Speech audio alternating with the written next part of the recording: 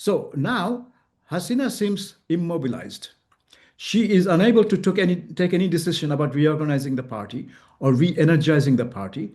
The party's Secretary General, Qadir, he's thoroughly discredited within the party and outside the party, but there has been no attempt by Sheikh Hasina to restructure the leadership or Yes, appoint new people. So, it's I would say it is Hasina's failure that she hasn't been able to revitalize the party and begin some sort of organizational work in the country. Even if it's done on the over the internet and online, people have not seen the emergence of any leadership. The odd leader, in exile, they're making statements or giving press conference or talking on talk shows, but that's not leadership. That's one man or one woman giving some vent to their feelings. So yes, the Awami League is in disarray, and you know, India would not know who to deal with. The BNP may be making a big mistake if it thinks that by keeping the Awami League out, they will have a happy and stable uh, political scene in Bangladesh. Because at the moment, I mean, I see parliament and I see two parties practically in the same kind of arena. They're ideologically not too far apart. right, Oh, they differ on 1971, but they don't make any issue out of it, like the Awami League made an issue out of it. right. BNP does not make an issue, so they can get along. So they can say to the people, hey, we're quite happy, we're getting along. There's hardly any fight in parliament, and we joke with each other, we shake each other's hands and whatnot. And the question is, how long before the Awami League starts to feel frustrated enough to want to create pressure on the BNP.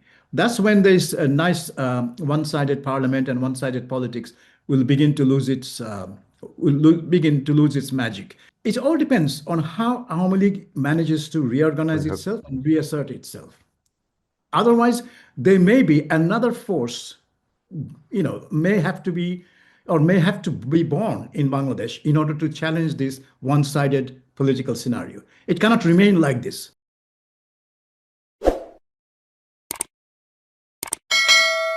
Hi, welcome to Podcast with Pratim.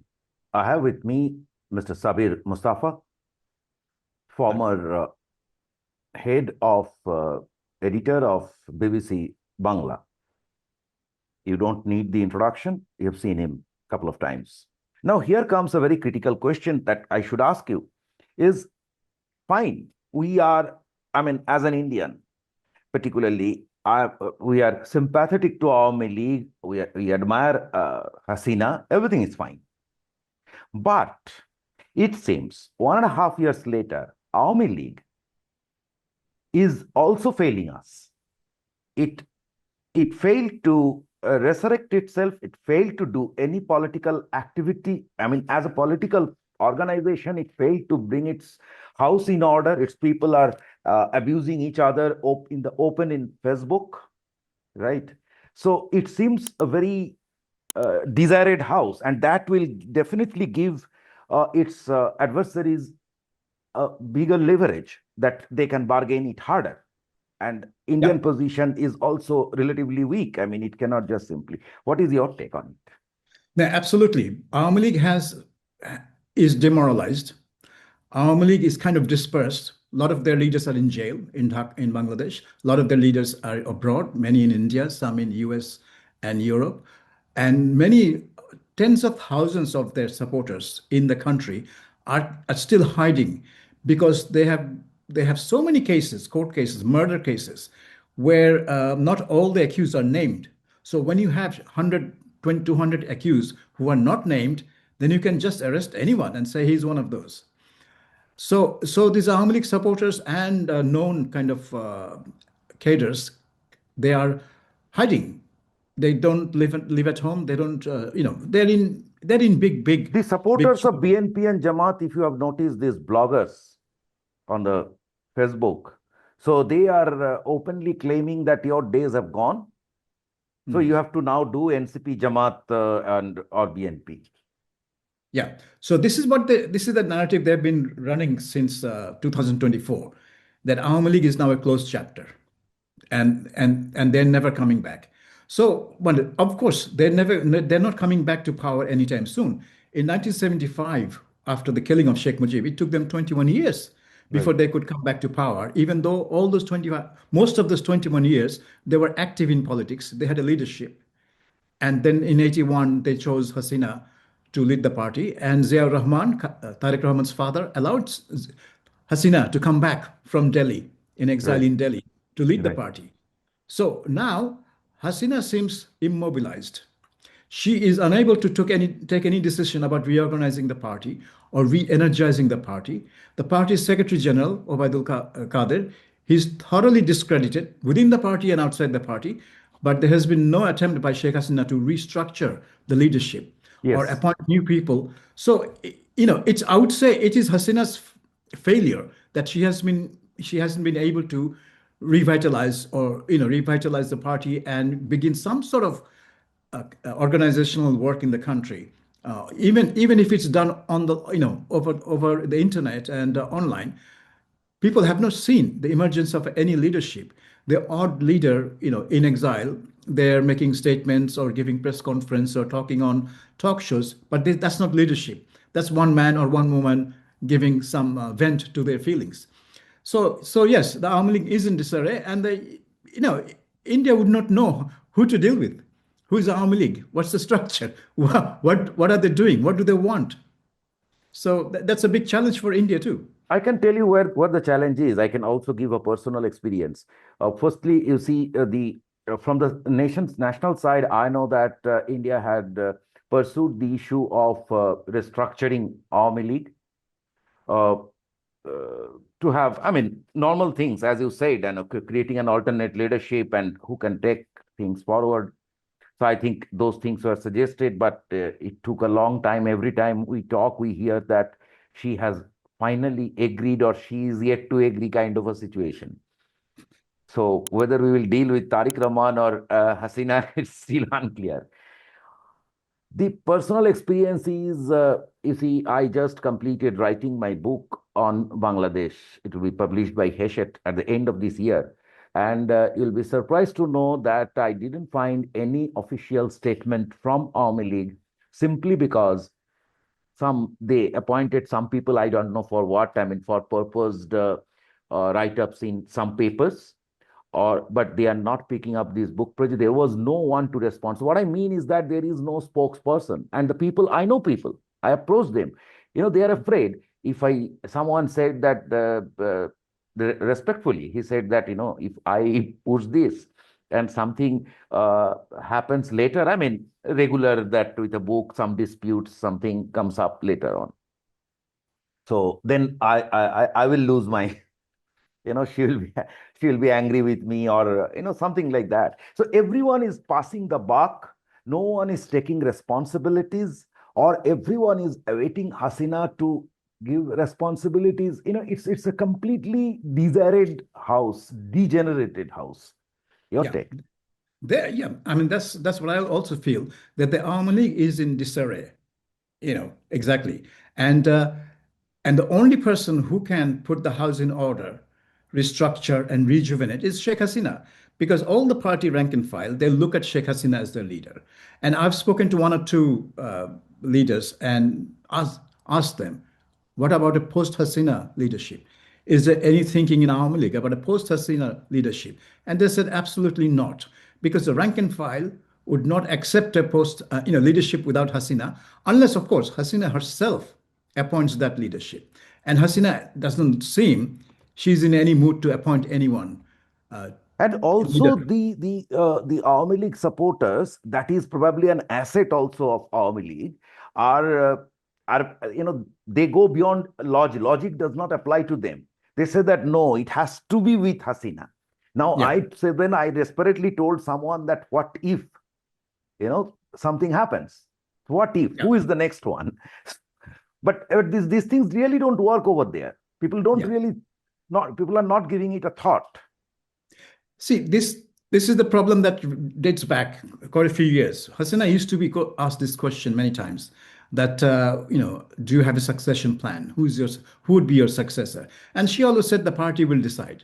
Of course, we know the party doesn't decide. It's the leader who decides. The BNP made the decision long time ago that Khalada's son, Tariq, would graduate and take over the leadership. So he was given the position and work. And we knew that after after Khaleda, it's Tariq Rahman, the party's leader. With the Awami League, nobody ever had any idea who would succeed Sheikh Hasina because Sheikh Hasina herself never made it plain. Is it going to be her son, or her sister's, one of the sister's children, her daughter, or someone from outside the family? Like Shojib Wajid, Sheikh Hasina's son, very recently said there is no law that says the leader has to come from the family. So he gave his kind of thought that the leader can be from outside the family, but nobody has made any move because Hasina hasn't made any move. That move has to come from Hasina. But I think the problem is that the Ahmadi leaders and workers and supporters, including and especially Sheikh Hasina, they're in some kind of denial. In the denial is that we were wronged. This overthrow of our government was a conspiracy by the Jamaat and other anti-liberation elements, aided and abetted by forces from outside the country, and we must get back to power. So as long as they don't accept that the overthrow of the Awami League government was an internal revolution or uprising or whatever, foreign forces may have been involved, but they did not, cause it. The causes were internal. And then accept the change, and then you work to adapt yourself to You the new prepared scenario. the ground. Someone else might have acted on that. Yeah. Someone has Some, facilitated things, yeah, but you have to take the basic responsibility of it. yeah. And you accept that this is a change scenario, and I have to adapt myself to the And to change some scenario. So they're extent, not, they accepted also. I remember you spoke about Mr. Sajib Wajid Joy now in a last interview to Al Jazeera. So where he said that we made mistakes in yeah, handling the protests. So yeah. that part of thing has come, and but somehow they are not giving it a form, accepting it formally or in their attitude, or down under it is not percolating somewhere. Yeah. Interestingly, Shajib Wajid is coming across as one Awami League voice, even though he's not a member of the Awami League formally. He's not a leader of the Awami League He's formally. not a He doesn't member, hold any right? post. He's not. He doesn't hold any post in the Awami League. Yes. He he held a post of as a special advisor to the Prime Minister on information technology when Hasina was Prime Minister. Other than that, he never held any post. But he's speaking as Sheikh Hasina's son and possible successor, Right. because in South Asia, the son means successor. But whether he would succeed or not is an open question. But he's coming across as the one person in the Army League kind of arena who is increasingly, as you said, acknowledging what's happened and even thinking beyond Sheikh Hasina. Nobody Yes. else is doing that. He's the only one who's thinking beyond Sheikh Hasina, or he's urging the party to think beyond Sheikh Hasina. But Sheikh Hasina, I think, is adamant that she wants to return as a free woman to Bangladesh. She wants to vindicate herself, that her legacy, 15 years legacy, and 5 years before that, 20 years, was not a fascist legacy. She wants to reestablish that. But I think it's too soon for that. And Awami League has to move on and think of other ways of Yes. turning to politics. Everything, the whole narrative or whole argument on Awami League got struck with Hasina. That is the Yeah. unfortunate story. The bus is not moving. Let's wrap this up with the last question. I asked you that how long time BNP can get to correct things. They have, I mean, ideally, they should allow Awami League to do politics. Awami League is sufficiently weakened. Even if they allow it to do politics, they will take their own time to come back. Right. But how much time? Awami League, how much more time Awami League will get? Because over the last 1.5 years, I saw them getting more and more disorganized, getting more and more demoralized, and it is not doing any good to them. This long No. wait. I think the BNP is not going to give Awami League a lot of time. I think the BNP is going to continue the ban and also the police action. You see, as long as the ban on Awami League activities are there, And the BNP has added another provision to that law by which anyone who violates the provisions of the ban will face punishment. Yunus's ordinance did not contain any provision for punishment, but BNP has added that. So up on that, okay. Yeah. So because BNP is going to add that and amend that and then pass that law. So the BNP wants to make sure that whoever brings out a procession in favor of Awami League are not only arrested but put on trial and convicted and given punishment. This could be one way the BNP is trying to bring back some sort of rule of law, if you like, because what the Yunus regime did, they just arbitrarily arrested anyone suspected of being army leaguer and just threw them in jail and slapped them with a very dodgy cases, murder case here, murder case there, and kept him in jail for That months and BNP months and government months. also did shown arrest. They and in Yeah, fact issued a circular that these people, if they are they get bail, rearrest them. yeah. So this is BNP has continued that process, but by changing this law, the BNP is probably trying to bring it into some kind of legal framework. But this will or not only apply to Awami League, of course. In future, it can apply to any party if because the law is Including on not their party. even their party. Yeah, the law is not specific for Awami League. But Awami League, BNP will want to keep Awami League at arm's length under pressure. I think for the rest of the year at least. Fair. I can see. That is the typical Bangladesh politics. Yeah. There is no denial to that. But so what? How long time will Awami League get? Ideally, it is time when Awami League should get back to its original DNA of that agitation and coming out, mass arrest, whatever. Yeah, I mean, that will not happen unless Hasina restructures the party and reestablish some kind of leadership. At the moment, there is no leadership in the Awami So League. my question is that Hasina hasn't done for last 1.5 years. Yeah. Now, every other day, as the days are progressing, the cumulative frustration is rising. So it is Yeah. ultimately, if you allow it to remain at this level, so ultimately it will do some long-term harm to their party. Yeah. That is my understanding. So how much time will they get to redo things? Uh, that's very difficult to say because, as you say, it's been nearly 2 years since they were removed from power. Right. We're The already same into people who April. came over here and were agitatingly talking about, they used to put a lot of, whatever, but they used to take part in the discussions on politics. Now I find them all dejected, all frustrated. They don't take the words from their seniors. They don't trust. I mean, there is complete lack of trust between them. Yeah, yeah. So, the Awami League doesn't have much time. I think it's very difficult to say that a lot of people joined Awami League during Hasina's 15-year rule for benefits. So those group, they've left because, they've left and they'll find a way to join the BNP. And I'm sure many of them have found the way to join BNP because they were there their support for the Awami League was transactional.